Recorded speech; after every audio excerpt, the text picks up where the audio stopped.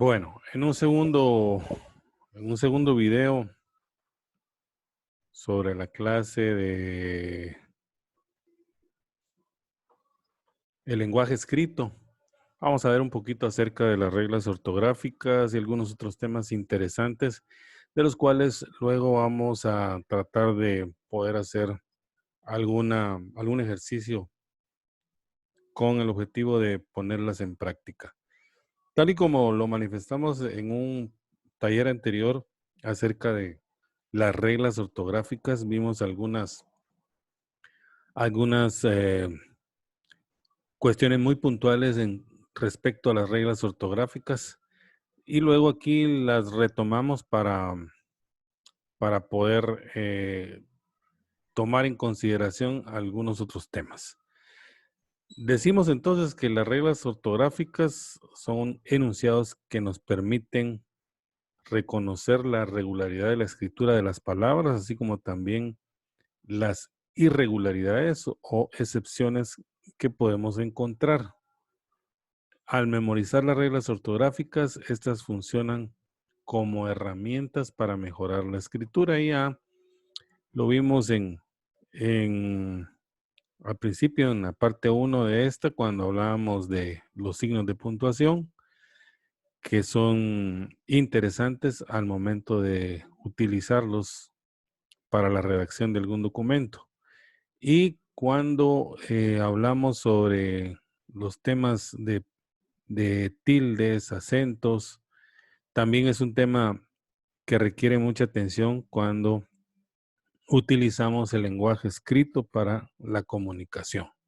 Y es que ya lo dijimos anteriormente, que es importante tomarlas en cuenta porque, pues, un punto, una coma, un punto y seguido, un punto y coma, un signo, un acento, una tilde, puede cambiar el significado de una expresión a la hora de manifestarla a través del lenguaje escrito. Por eso es bien importante. Bueno, y entonces, dentro de esta misma temática, entendemos también que cuando redactamos en párrafos y de esta manera también existen diferentes tipos de párrafos. El párrafo es la unidad de un discurso escrito conformado por varias oraciones que expresan una idea y terminan con un punto y aparte. Lo vimos hace algunos minutos en la parte 1 cuando hablábamos acerca del punto y aparte.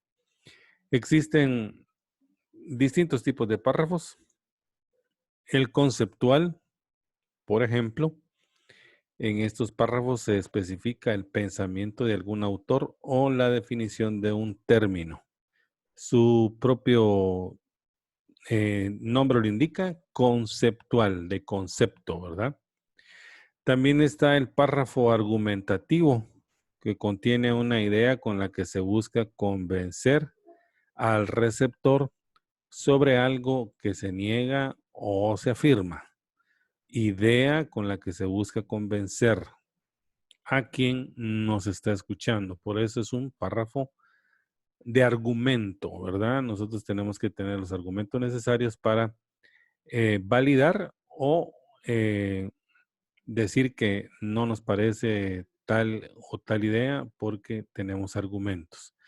Y está el cronológico. En esta clase de párrafos se expresa en el orden en que suceden los hechos, ¿verdad?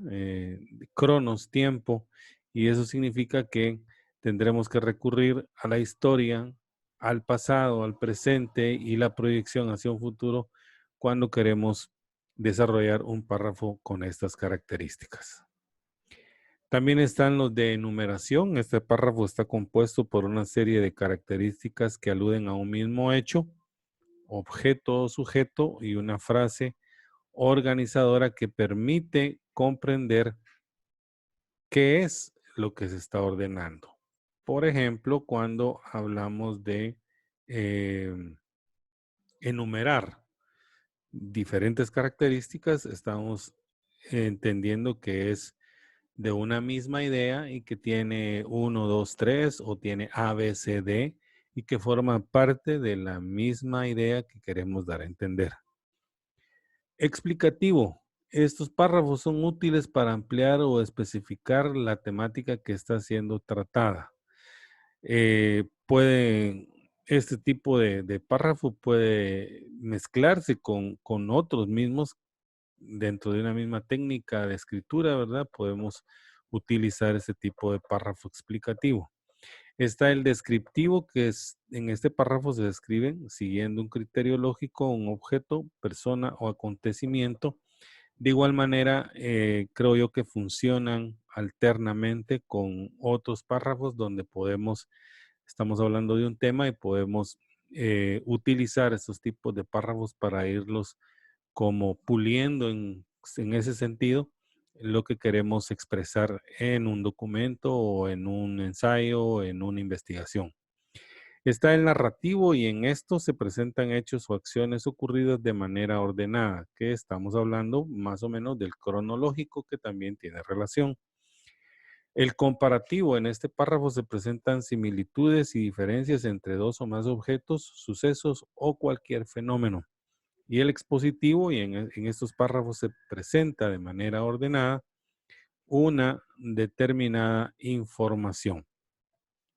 Creo yo que no tenemos mayor complicación cuando entendemos que este tipo de párrafos los podemos utilizar en un mismo documento siempre y cuando querramos darle el orden coherente y ordenando las ideas de manera jerarquizada, es de manera tal que podemos utilizar los diferentes tipos de párrafos en un solo documento. Además está el comparativo. En este párrafo se presentan similitudes y diferencias entre dos o más objetos. El deductivo, en este la idea principal se coloca al principio que para construirlas se parte de una generalización para luego presentar casos específicos. Estoy hablando de un problema, por ejemplo, en este caso del deductivo, y voy a iniciar escribiendo sobre el aspecto macro, sobre el aspecto general, para luego ir jerarquizando y dándole coherencia a lo que quiero decir para aterrizar mi exposición o lo que estoy escribiendo en un tema mucho más específico, ¿verdad? El narrativo que tiene que ver con el cronológico y con el que estábamos haciendo mención en el párrafo anterior, que en estos se presentan hechos o acciones ocurridas de manera ordenada, de manera cronológica, podríamos decir. Causa y efecto, como su nombre indica, se presenta un hecho y aquellos que lo ha causado o bien las consecuencias que de éste pueden devenir. El inductivo, en oposición al anterior, en estos párrafos, la idea principal se coloca al final. En estos se parte de casos específicos para llegar a una generalización. Es lo contrario decíamos, del deductivo, ¿verdad? Deductivo, inductivo, dos cosas contrarias. De cierre, en estos párrafos se redondea la idea general del texto y un resumen de este. Estos pueden incluir motivaciones para que el receptor se una a la idea planteada, conclusiones del texto y sugerencias. Y de conclusión, en estos párrafos se expresa el cierre de un apartado o un determinado tema. Cuando realizamos un ejercicio escrito, entonces nos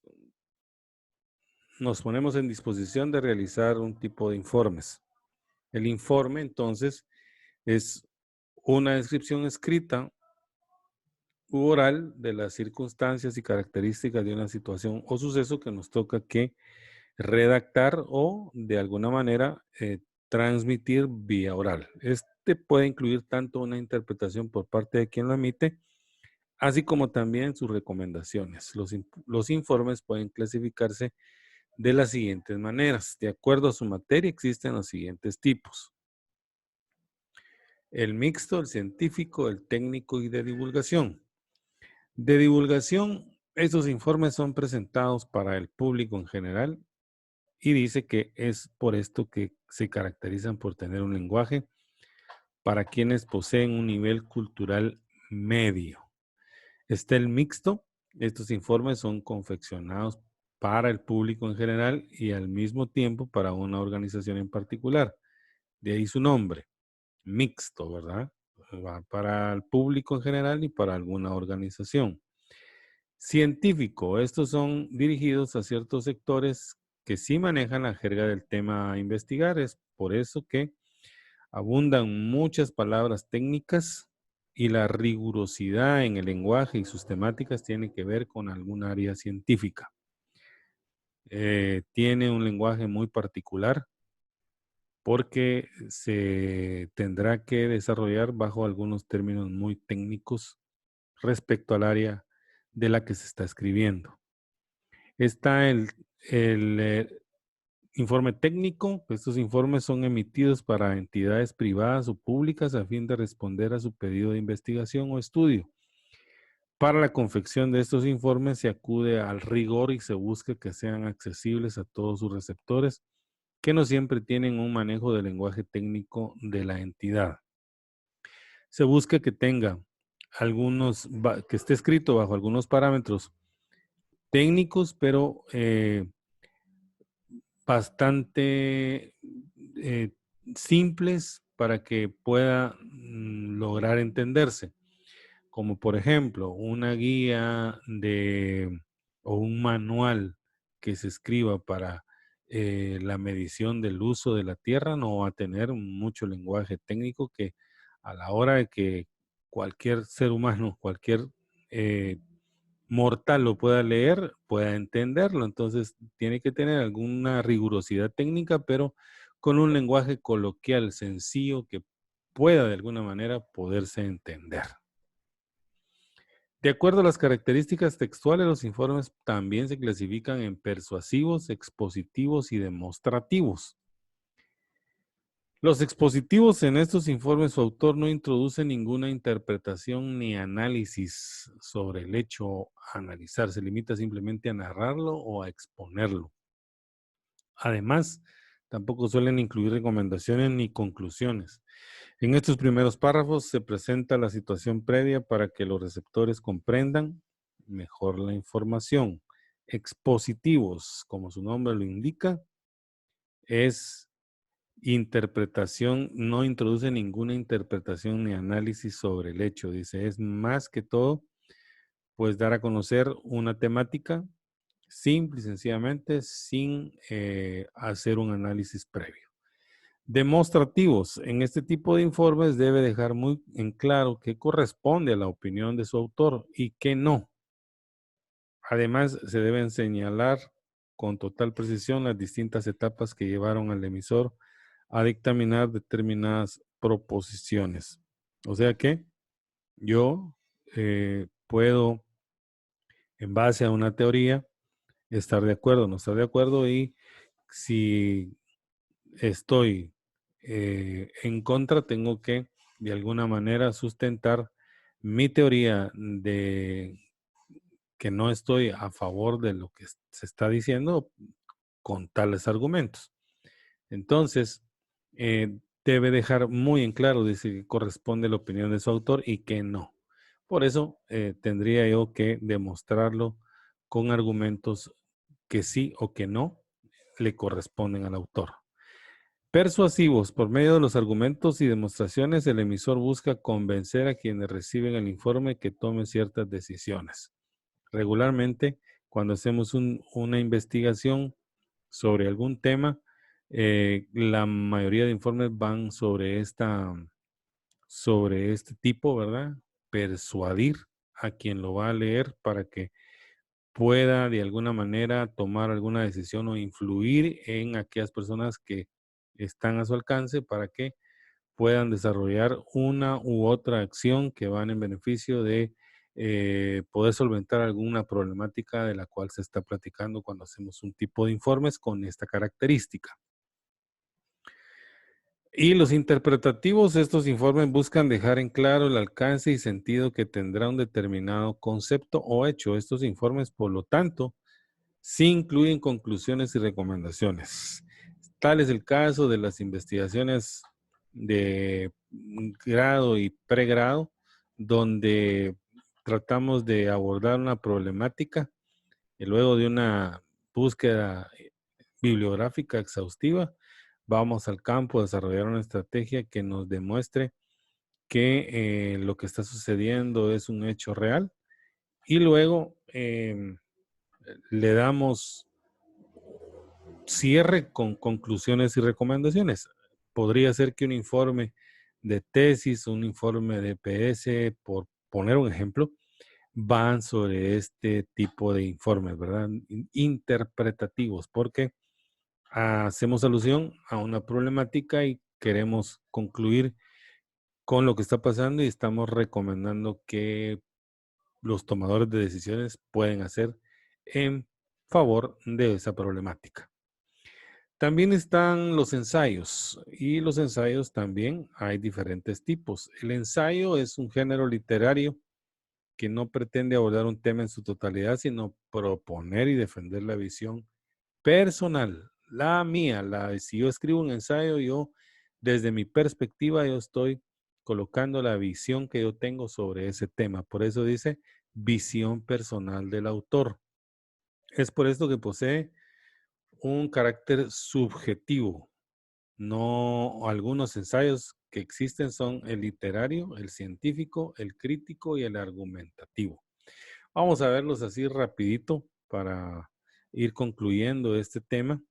Y el ensayo literario, esta clase de ensayo se caracteriza por la libertad y amplitud de temas tratados. Parten de obras literarias, citas, y no se limitan a abordarlas con exclusividad, sino que se las combinan con observaciones, costumbres y experiencias.